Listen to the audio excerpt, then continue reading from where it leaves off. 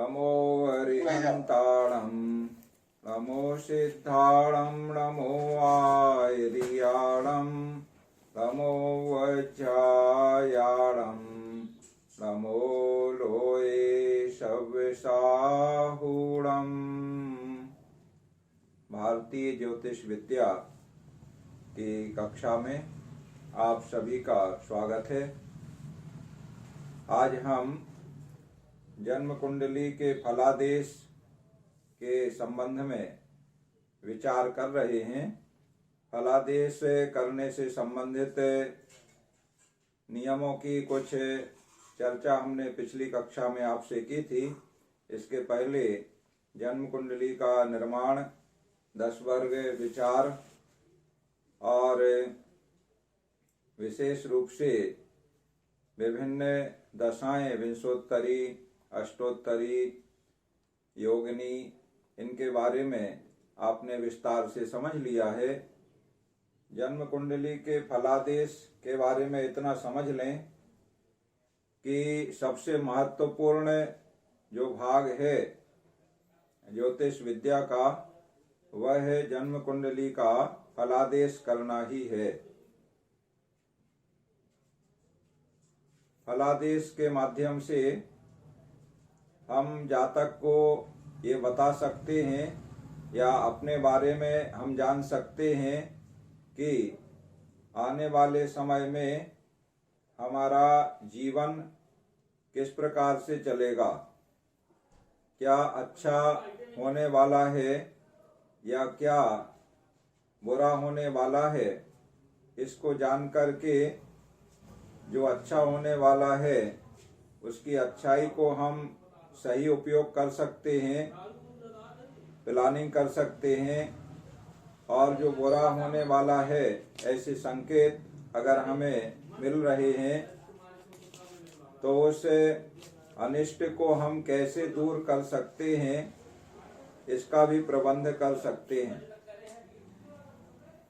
एक बात और है, ज्योतिषी के द्वारा एक किसी समय विशेष में जो फलादेश कर दिया जाता है वैसा ही आगे घटित होता रहेगा, ऐसा पक्का नियम नहीं है।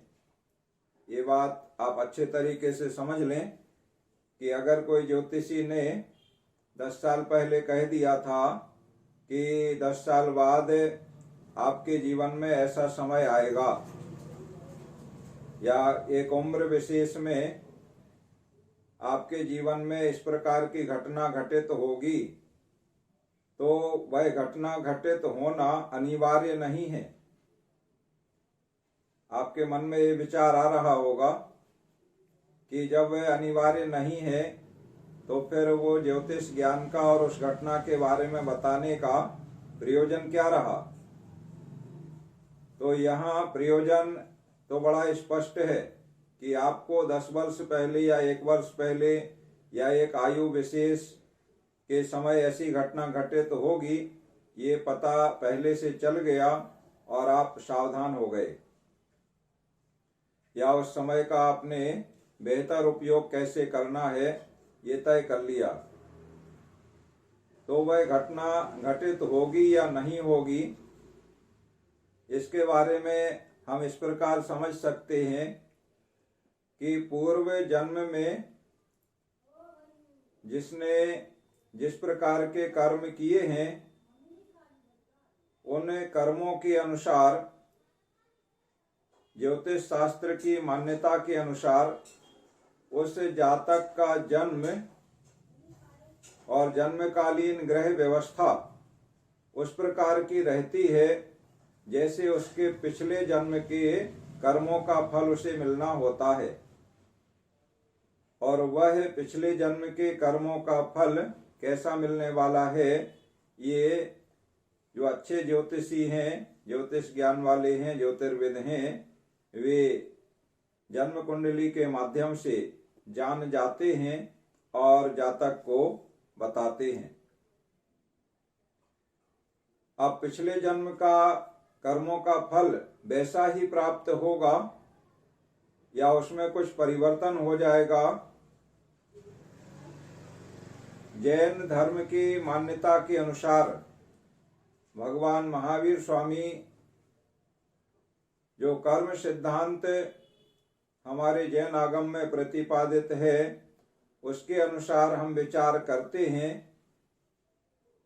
तो ये बात हमें सहज में पता चलती है कि पूर्व के कर्मों का जो फल मिलने वाला है वर्तमान के हमारे पुरुषार्थ के द्वारा उन कर्म फलों में परिवर्तन किया जा सकता है। इसीलिए और इसी आधार पर हम ये बात दृढ़ता से आपसे कह रहे हैं कि 10 वर्ष पहले अगर हमें बताया गया था कि आपको इस सन में या इस आयु में इस प्रकार का घटना दुर्घटना घटित होगी या ऐसा फल मिलेगा तो वैसा ही मिलना अनिवार्य नहीं है। हो सकता है इन 10 वर्षों की अवधि में अपने पुरुषार्थ के द्वारा अपने क्रियमाण कर्मों के द्वारा उस फल में परिवर्तन हो गया हो, और जब उस फल में परिवर्तन हो गया है तो निश्चित है कि जैसा बताया गया था वैसा फल नहीं मिलेगा। उसमें कुछ हीनाधिक कम हो जाएगा, ज्यादा हो जाएगा, परिवर्तन हो जाएगा। सभी प्रकार की व्यवस्थाएं जैन आगम से कर्म सिद्धांत से सिद्ध हैं।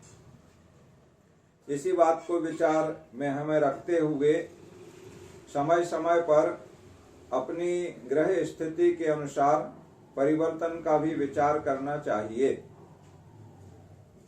अब फलादेश में जो महत्वपूर्ण बिंदु हैं उन पर हम आज विचार कर रहे हैं।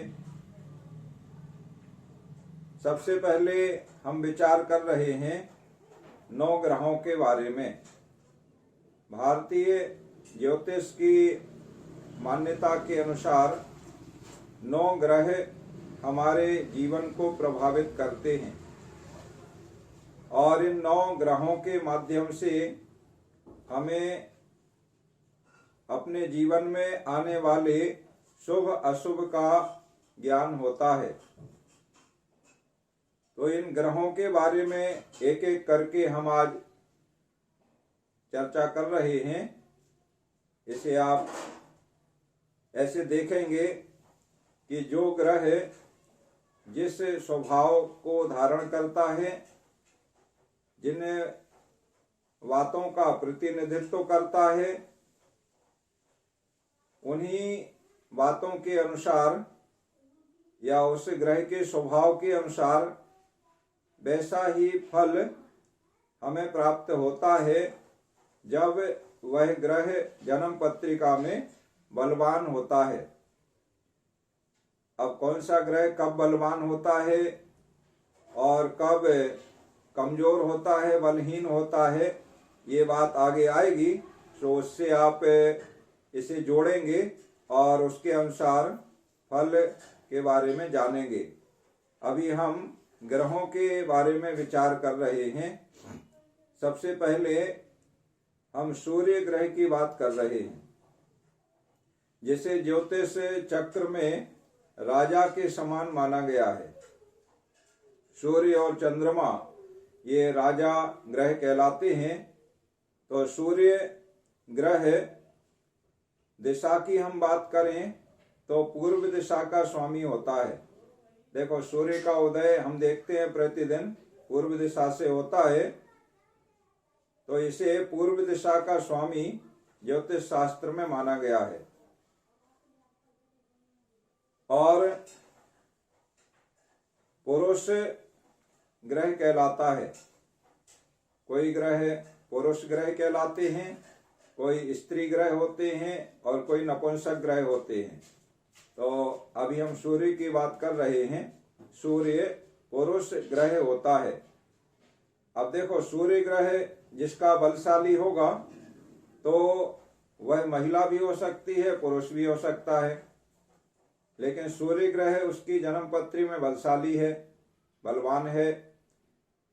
तो अगर महिला भी है तो उसमें पुरुषोचित गुण पाए जाएंगे। ये विशेषता यहाँ पर सूर्य ग्रह के बलशाली होने से हमें देखने को मिलेगी। और पुरुष है, उसकी जन्म कुंडली में सूर्य ग्रह बलशाली है तो उसमें वीरोचित पुरुषोचित गुण पाए जाएंगे। इसके अलावा सूर्य का वर्ण रक्त वर्ण होता है, लाल।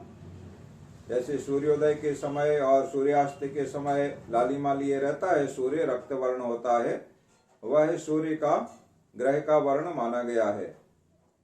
पित्त प्रकृति,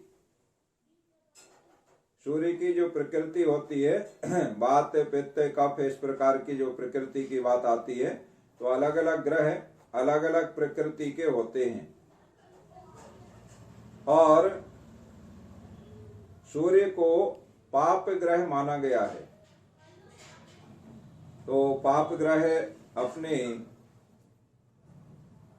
जो उसकी विशेषताएं हैं उसके अनुसार फल देता है।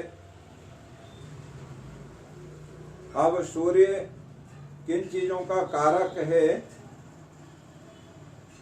ये बताते हैं। तो सूर्य आत्मा, स्वभाव, व्यक्ति का स्वभाव कैसा रहेगा, आत्मीय गुण कैसे रहेंगे, आरोग्यता, राज्य और देवालय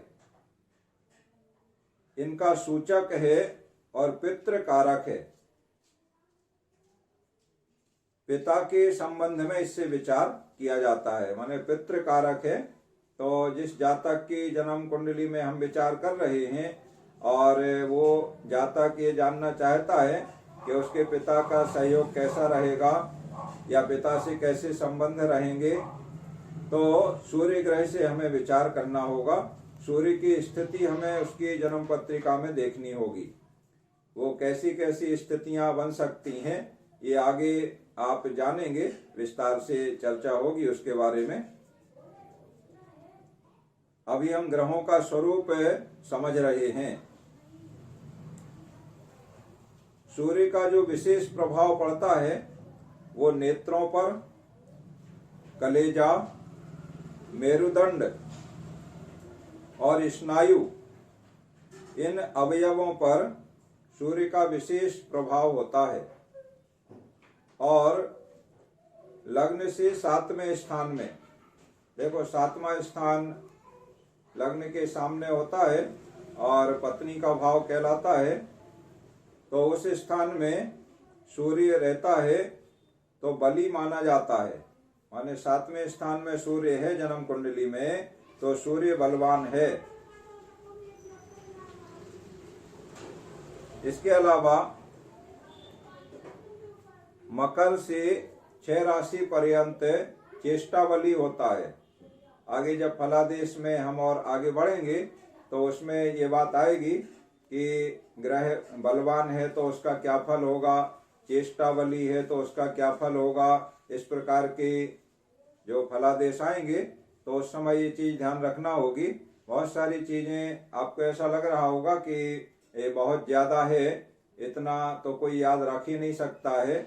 धीरे धीरे कोशिश करने से और याद करने से, याद करने के अलावा बार बार जब अभ्यास करते हैं, जो अच्छे ज्योतिषी होते हैं वो प्रायः रोज ज्योतिष के कार्य में अपना समय देते हैं। ऐसा जिनके पास मान लो दूसरे कार्य हैं, व्यस्तता है, तो कुछ समय इसके लिए डेली निकालते हैं और प्रतिदिन एक समय अपना निश्चित करके, और वह समय अगर सूर्योदय का काल है तो बहुत अच्छा माना जाता है। और अगर जिसके पास मान लो सूर्योदय के समय नहीं है टाइम, तो जिस समय उसके पास थोड़ा सा टाइम मिल सकता है तो उस समय एक निश्चित समय के लिए आधे घंटे हो सकता है या और समय है तो 1 घंटे के लिए उसे ज्योतिष संबंधी कार्य करना चाहिए। और वो कार्य करने के लिए सबसे पहला काम होता है पंचांग देखना। तो प्रतिदिन का और उसके आगे के 1 दिन का या और 1 सप्ताह का पंचांग देख के रखना चाहिए, जिससे पता रहे कि आने वाले 1 सप्ताह में तिथि का घटना बढ़ना, किस दिन शुभ है, कौन सा दिन अशुभ है, नक्षत्र आदि के अनुसार, मुहूर्त के अनुसार या विशेष योगों के अनुसार, जिनके बारे में शुरू में हमने पंचांग ज्ञान में आपको विस्तार से बताया है कि किस दिन कौन से शुभ नक्षत्र हैं, कौन सा शुभ योग बन रहा है, कब तिथि घट रही है, बढ़ रही है, अधिक मास है, मल मास है, ये सारी चीजें तो प्रतिदिन पंचांग देखने से ये चीजें अपने के स्मरण में रहती हैं। और अचानक ही मान लो कोई ने कोई प्रश्न कर दिया, पूछ लिया, राह चलते भी पूछ लिया, तो इतना ज्ञान उस ज्योतिषी के पास में रहता है। इसके अलावा कोई ना कोई जन्मपत्री से संबंधी कार्य जो लोग कार्य करने लगते हैं तो उनके पास प्रायः लोग आते हैं और अपने फलादेश वगैरह जानना चाहते हैं, और कोई अशुभता है तो उसको दूर करने के लिए उपाय जानना चाहते हैं। यही मुख्य प्रयोजन रहता है। या कई बार कोई शुभ मुहूर्त वगैरह के लिए ज्योतिषी के पास जाते हैं कि हमें ये कार्य करना है, तो इसके लिए अच्छा दिन, अच्छा समय, शुभ मुहूर्त क्या रहेगा। या दूसरे जो कार्य रहते हैं, हमारे पास प्रायः इन कामों के लिए लोग आते रहते हैं, और बाहर से भी कई लोग व्हाट्सएप पे अपनी समस्या भेजते हैं लिख के, या कोई को अपने जन्म पत्री बनवाना है, बेटे बेटी का जन्म हुआ है तो उसके बारे में, या किसी के बेटे बेटी का विवाह होना है तो उत्तम मिलान हो रहा है या कोई कमी है, इस प्रकार के अपने मिलान वगैरह करवाने के लिए, फिर विवाह का शुभ मुहूर्त क्या रहेगा, लग्न लिखवाने के लिए, इस तरह के बहुत सारे काम रहते हैं। और ये डेली नहीं तो जब जब जो आते हैं सो उनके कार्य करना रहते हैं। बाकी समय में अपनी ज्ञान वृद्धि के लिए देखते रहना चाहिए पंचांग। और जो भी पुस्तक आपके पास अपने पास उपलब्ध है तो वो ज्योतिष का ज्ञान, क्योंकि ज्ञान तो भंडार है, अपार है, और जितना अधिक उसको अर्जन किया जाए, धारण किया जाए, उतनी ही अपनी योग्यता और बुद्धि का विकास होता है। तो हम बात कर रहे हैं चेष्टावली। तो 6 राशि पर्यंत मकर राशि से, मकर से अब देखो मकर, कुंभ, मीन 3 हो गई, इसके बाद मेष, वृष, मिथुन, तो ये 6 राशि हो गई। मकर से 6 राशि का मतलब मकर, कुंभ, मीन, मेष, वृष, मिथुन, इन 6 राशियों में सूर्य रहता है तो वो चेष्टावली कहलाता है। तो आगे जब फलादेश में आप देखेंगे तो चेष्टावली ग्रह है तो कैसा फल होता है ये चीज पता वहां से आपको चलेगी। और सूर्य से कुछ रोगों का ज्ञान होता है सूर्य ग्रह के माध्यम से। तो क्या रोग? शारीरिक रोग में सिर दर्द, अपचन, क्षय रोग, महाज्वर, भयंकर ज्वर की बीमारी किसी को हो सकती है, अतिसार, मंदाग्नि, नेत्र विकार, मानसिक रोग, उदासीनता, कोई काम में मन नहीं लगता है, उदासीन रहता है, इस प्रकार का, खेद या अपमान और कलह, इनके बारे में सूर्य ग्रह से विचार किया जाता है। तो इन विषयों से संबंधित कोई प्रश्न करता है तो हम उसकी जन्म पत्रिका में देखेंगे कि सूर्य की स्थिति कैसी है, सूर्य कितना बलवान है या कमजोर है, शत्रु के साथ है या मित्र के साथ में है, अपनी राशि में है या कैसा है। तो इन सारी चीजों पे विचार करेंगे तो उसके अनुसार ये जो सूर्य ग्रह का स्वरूप बताया गया है इनका फल हम कर सकेंगे, फलादेश कर सकेंगे।